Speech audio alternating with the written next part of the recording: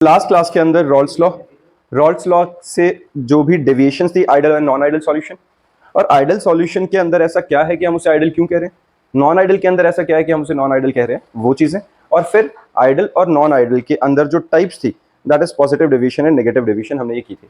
ठीक है, उसका जो लिंक है लास्ट रिकॉर्डिंग का वो मिल जाएगा, और जो क्लास में थे उनको तो पता ही होगा। अब एक बार पॉजिटिव डेविएशन और नेगेटिव डेविएशन के एग्जांपल्स और उसका केमिकल कॉज हम जानने की कोशिश करेंगे। हमने पॉजिटिव और नेगेटिव डेविएशन के बारे में बात तो करी थी थोड़ी सी। उसमें पहला पार्ट था भाई पॉजिटिव डेविएशन होती कब है। जैसे मैं एग्जांपल देके तुम्हें बता भी रहा था कि पॉजिटिव डेविएशन तब होती है जब एस्केपिंग टेंडेंसी बढ़ जाती है।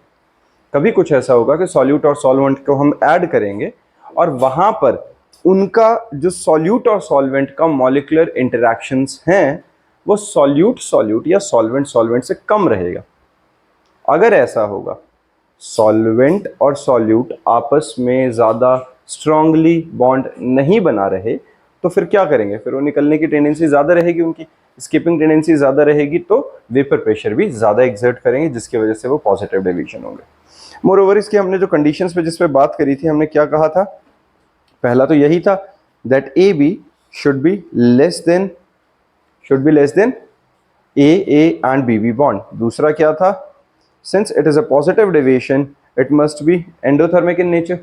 ठीक है, तो डेल्टा एच ऑफ मिक्सिंग हमेशा पॉजिटिव रहेगी। Being positive deviation, since escaping tendency increase हो रही है तो उसके जो मॉलिक्यूलर इंटरेक्शन कम होने की वजह से वॉल्यूम एक्सपैंड हो रही है, तो चेंज इन वॉल्यूम क्या रहेगा, हमेशा पॉजिटिव।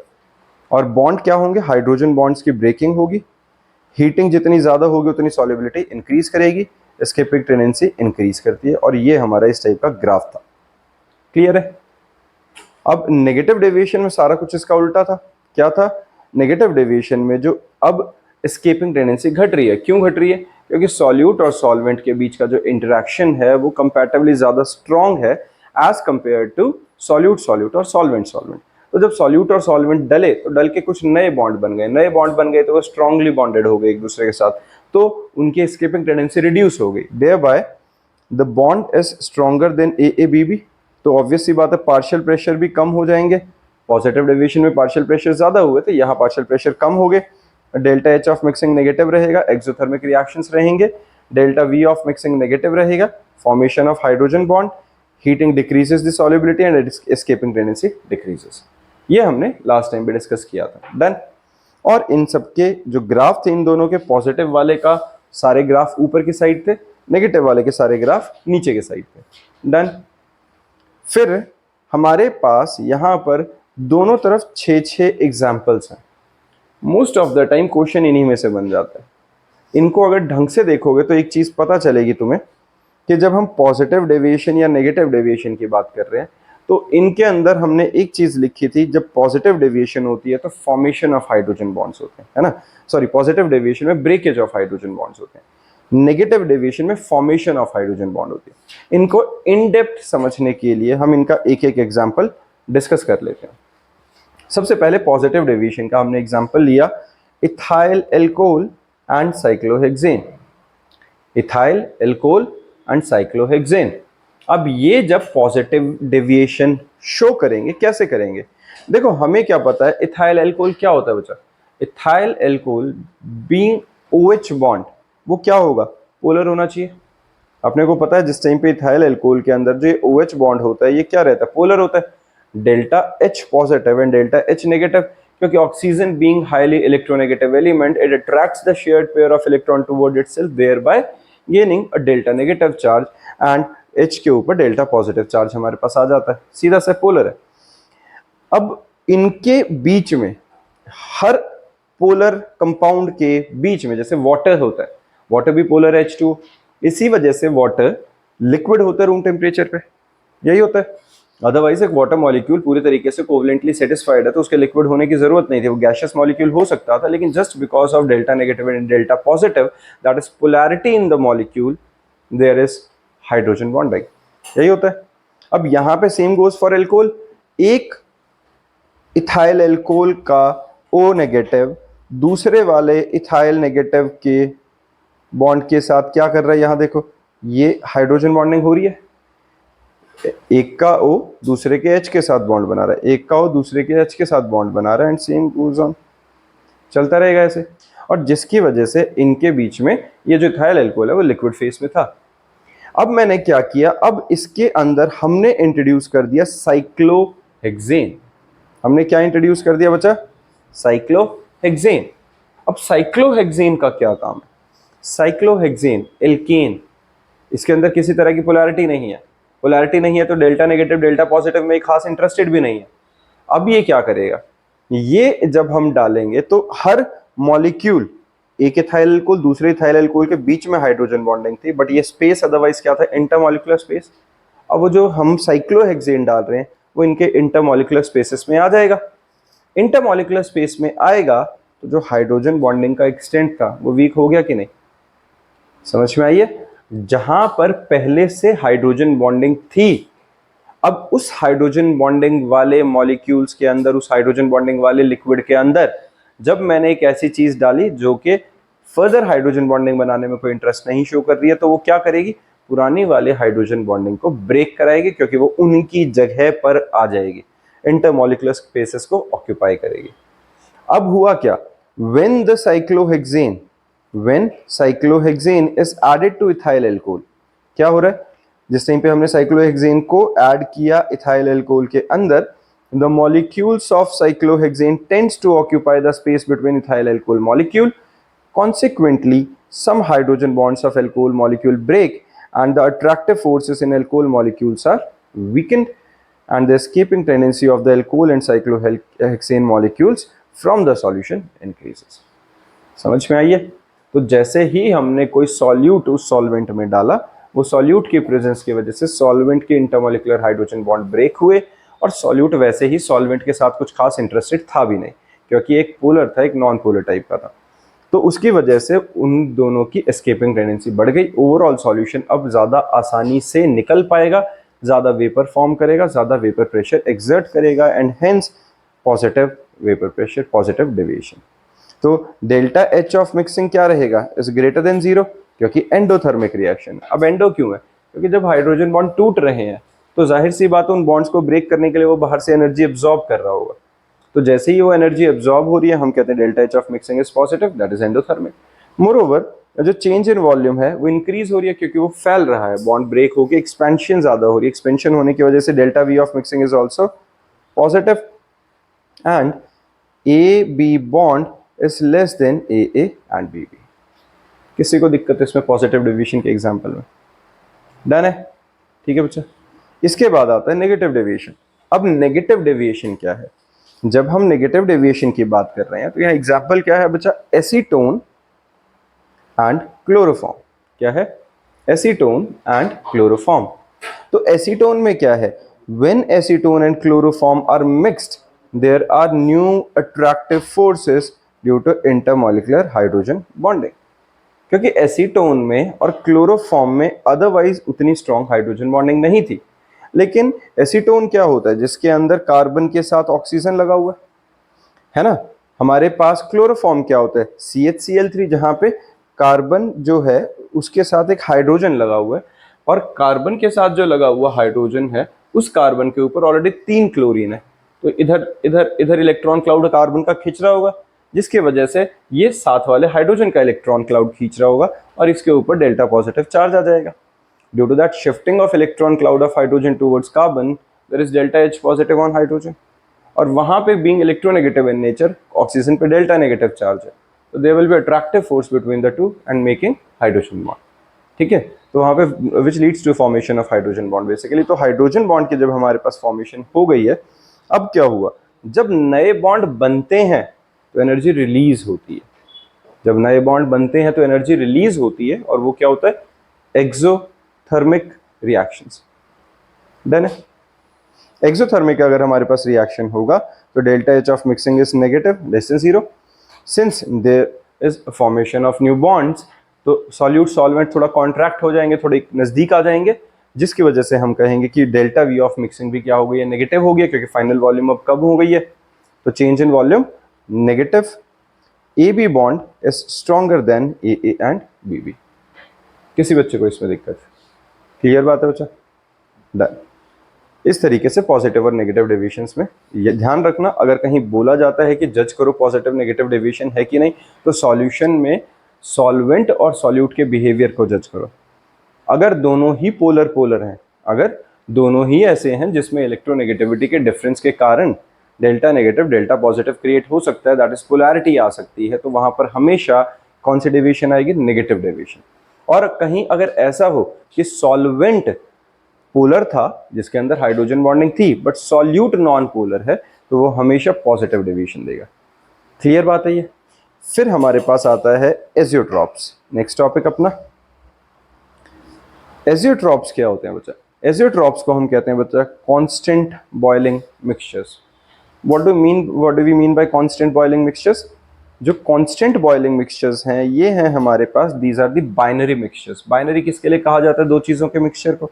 तो these are the binary mixtures, liquid mixtures having the same composition in the liquid and vapour phase. मतलब जिस रेशियो में ये लिक्विड फेस में अवेलेबल थे सॉल्यूट और सॉल्वेंट, उसी सेम कॉम्पोजिशन उसी सेम रेशियो में वेपर फेस में भी प्रेजेंट है। क्लियर है? तो इनकी थ्रू आउट सेम कॉम्पोजिशन है। तो and the boiling and they boil at constant temperature are called azeotropic mixture और एजियोट्रॉप्स। क्लियर है? सीधा सीधा है क्या डेफिनेशन है एजियोट्रॉप्स की? दैट एजियोट्रॉपिक मिक्सचर या एजियोट्रॉप्स क्या होते हैं? वो जिनकी कॉम्पोजिशन लिक्विड और गैसियस फेस में थ्रू आउट सेम रहती है, और दूसरा ये कि इनका जो बॉइलिंग पॉइंट होता है, बॉइलिंग टेम्परेचर होता है, वो कांस्टेंट रहता है। क्लियर? अब आता है there are two type of azeotropes called minimum boiling azeotropes and maximum boiling azeotropes. दो तरह के हैं, एक मिनिमम बॉइलिंग एजियोट्रॉप्स, एक मैक्सिमम बॉइलिंग एजियोट्रॉप। अब मिनिमम और मैक्सिमम का क्या कंसेप्ट है यहाँ पे? जब हम मैक्सिमम बॉइलिंग एजियोट्रॉप की बात कर रहे हैं, शुरुआत करते हैं अपने टॉपिक की, जिस टाइम पे हम मैक्सिमम बॉइलिंग एजियोट्रॉप की बात कर रहे हैं, the solution showing very large negative deviation. ये ध्यान रखना, याद रखना, ये मैक्सिमम बॉइलिंग एजियोट्रॉप्स कौन से होते हैं? वो सॉल्यूशंस जो कि very large negative deviation show करते हैं। वेरी लार्ज नेगेटिव डेविएशन का मतलब क्या हुआ? कि स्ट्रॉन्ग बॉन्ड बनता जा रहा है सॉल्यूट और सॉल्वेंट के बीच में, तो नेगेटिव डेविएशन बहुत ज़्यादा आ गई। अब जाहिर सी बात है भाई, सॉल्यूट और सॉल्वेंट के बीच में अगर जो बहुत ज़्यादा स्ट्रॉन्ग फोर्स आएगी तो बॉइलिंग पॉइंट बढ़ जाएगा, है ना? बॉइलिंग पॉइंट बढ़ जाएगा क्योंकि अब उनको बॉइलिंग टेम्परेचर अपने आप राइज कर गया, क्योंकि सिंस सॉल्यूट और सॉल्वेंट बहुत ज़्यादा स्ट्रांगली एक दूसरे से अट्रैक्टेड हो गए हैं। तो ऐसे में the results negative deviation from Raoult's law and the maximum boiling azeotropes are formed at specific composition. As the total vapor pressure becomes less than the corresponding ideal solution. मैं एक बार यहाँ वेपर प्रेशर के साथ boiling point को और relate कराना चाहता हूँ। बॉइलिंग पॉइंट क्या होता है बच्चा? कोई बताएगा what do we mean by boiling point? क्या चीज? जब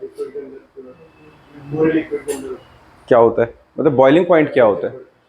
टेम्परेचर में कन्वर्ट होता है, तो से जब हमें बॉइलिंग पॉइंट को एक्सप्लेन करना हो तो बॉइलिंग पॉइंट हुआ it is the temperature at which liquid converts into vapour, ऐसा कुछ। ये थोड़ी सी डेफिनेशन बच्चों वाली हो गई। अब थोड़ा बड़ों वाली डेफिनेशन याद करते हैं, आगे हमारे पास ये टॉपिक आएगा भी इसी चैप्टर में और उसको समझते हैं। बाकी लिख बाद में लेना इस बॉइलिंग वाले को, क्योंकि आगे हम बॉइलिंग पॉइंट के बारे में बात ही करने वाले हैं। देखो बच्चे, जब हम बात करते हैं बॉइलिंग पॉइंट की, तो बॉइलिंग पॉइंट हम कैसे बताएंगे? It is the temperature at which vapor pressure of liquid becomes equal to vapor pressure of gases. अगर कभी मैं कहता हूं कोई हमारा लिक्विड बॉयल हो गया, कब हो गया? जब उसका वेपर प्रेशर और उसके वेपर्स का, मतलब बेसिकली गैसियस फॉर्म का वेपर प्रेशर इक्वल हो जाए, तो हम क्या कहेंगे कि बॉइलिंग पॉइंट अटेन हो गया। तो boiling point is the temperature at which the vapour pressure of liquid becomes equal to vapour pressure of gases. Done है? तो यहाँ पे कहानी है वेपर प्रेशर से। तो अब वेपर प्रेशर अपने आप तो हो नहीं रहा। मैंने हम बाद में एक एक्सपेरिमेंट भी करेंगे और ऑलरेडी एक यूट्यूब पे एक छोटी सी वीडियो डाली हुई है, शॉर्ट्स में है या रेगुलर वीडियो है, जिसमें बिना किसी हीट के चेंज किए हम लिक्विड को बॉयल कर रहे थे सिरिंज की हेल्प से। वो करके दिखाऊंगा अभी लास्ट टाइम, अगले लेक्चर्स में कभी आएगा वो टॉपिक, तब करके देखेंगे क्लास में। बट हमने क्या किया था, बिना किसी हीट के लिक्विड को बॉयल किया था। तुम्हारे हिसाब से क्या ये पॉसिबल है कि मैं लिक्विड को बिना हीट के बॉयल कर दूं? है ना। अब मैं बोल ही रहा हूं कि हाँ हम करके देखेंगे तो मतलब ऑब्वियसली पॉसिबल तो है। तो पॉसिबिलिटी का क्या गेम है, यहां हम सिर्फ टेम्परेचर की बात नहीं कर रहे। मैंने डेफिनेशन क्या बोली है, if vapour pressure at certain temperature, if vapour pressure becomes equal to atmospheric pressure, मतलब से vapour pressure of gaseous phase बोले जा रहा था, गैशियस फेस बोले जा रहा था, ऐसे नहीं, गलत है, ये डेफिनेशन है बच्चा, मैं अभी मेरे दिमाग में क्लिक किया कि मैं शायद गलत बोल रहा हूँ।